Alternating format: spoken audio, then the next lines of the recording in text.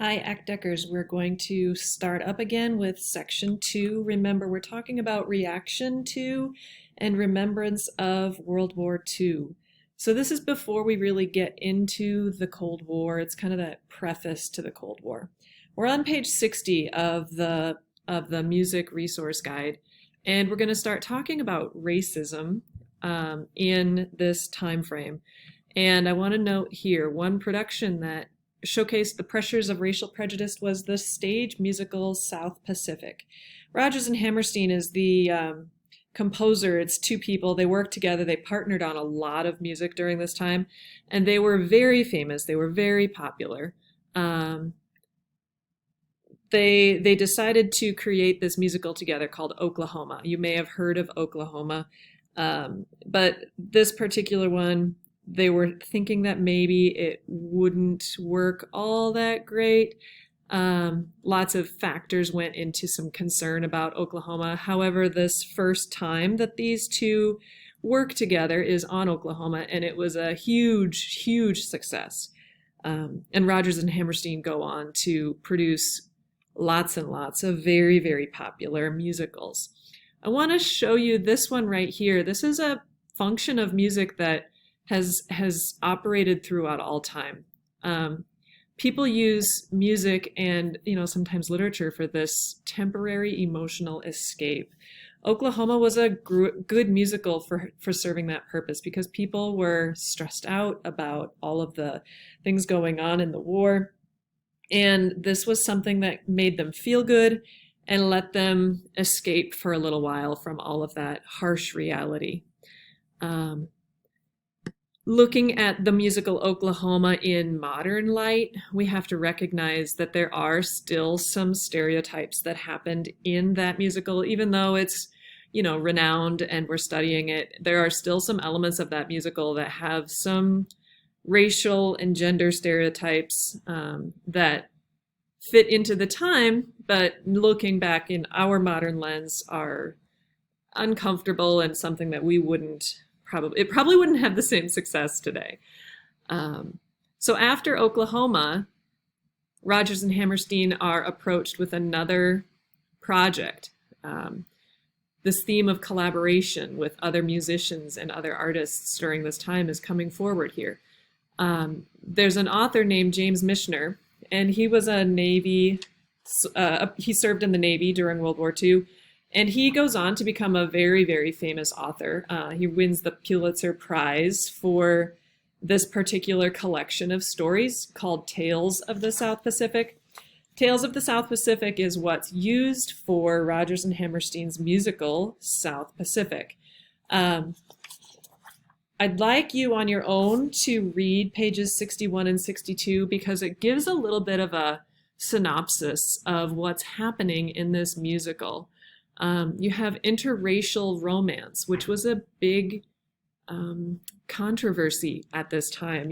It's not like it didn't occur, but it was frowned upon. It was very uncomfortable for people to have interracial romance. And that's a big theme of this particular musical. As the musical goes on, these two characters right here, this is Emil and this is Nellie, they are in love, and there are things that get in the way of their love. And one of the biggest ones is this idea that they can't be together because they are different. They have different backgrounds. And to start building the foundation for this musical, you've got to be carefully taught. Nellie and Emil are having this conversation where they're wanting to get engaged, but yet we can't have this engagement because what she says is, this is something that's born in me. So she says this prejudice that I have, this prejudice is born in me. So then you have some people looking for explanation of that comment, and this character Joe, he sings in response this song, "You've Got to Be Carefully Taught." He's kind of explaining that prejudice is not born in us. Instead, our families, our environments, our society teaches us. And in order to be prejudiced, we have to be taught prejudice. So this is what's called a message song. That's a bold-faced term in our resource guide. And it's kind of a way to say this is a little bit of a preachy song. It's trying to teach you this is the way things should be. We shouldn't behave like that. After the song is sung, then it becomes a happy ending, and prejudice isn't going to keep us apart, and all of that stuff. Even though now that song, once you understand its context, is pretty straightforward, and we can accept the idea that prejudice is not born, instead it's taught by our society. Rodgers and Hammerstein had to fight for that song. It was very controversial. People tried to convince Rodgers and Hammerstein that they should eliminate the song because then their musical would be even more successful. And this, by the way, South Pacific was an incredibly successful musical. Again, to put this in a little bit of context, we have to remember that this premiered before the Civil Rights Act happened.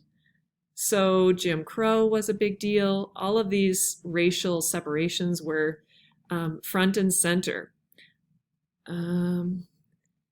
Up here, this is important. It tours in Atlanta. Georgia residents resisted the interracial relationship. The state legislature tried to block it from showing.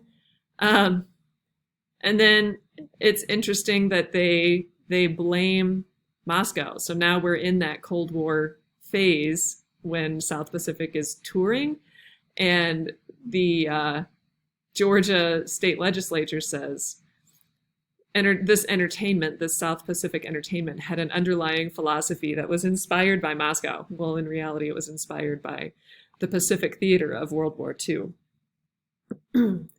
But this becomes important for something we're going to see even more in Section 4. By 1953, America was deeply enmeshed in the Cold War. Many people claimed to see communist sympathies in anything that they simply did not like. So communism is being blamed for all kinds of things. All right, so now let's look a little more closely directly at You've Got to Be Carefully Taught. So this is a message song. Message songs tend to be kind of preachy, but Rodgers and Hammerstein wanted to make it a little bit more lighthearted, partly so that their audiences would accept it better.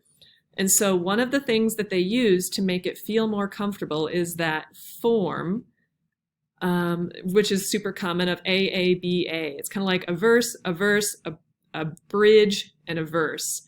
And that's song form. If you look at most pop music, even today, it tends to be written in that comfortable AABA form. There's a couple of terms here that I want you to try to remember.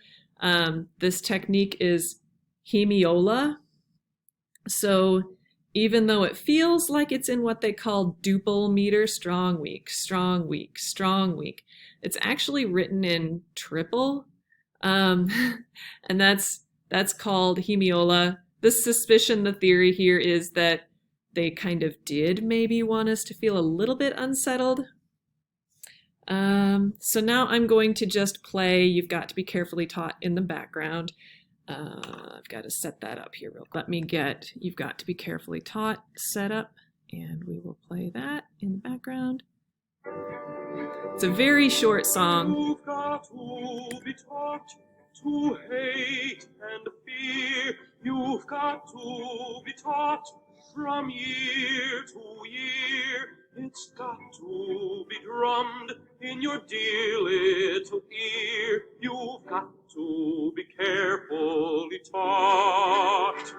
So it's very comfortable and it's bouncy, right? It doesn't sound quite so serious as it actually is. Of people whose eyes are oddly made, and people whose skin is a different shade. You've got to be carefully taught. You've got to be taught before it's too late, before you are 6 or 7 or 8. There's that B section that we just finished. People your relatives hate. Then it goes back to that comfortable A form. Carefully taught. You've got to be carefully taught. All right.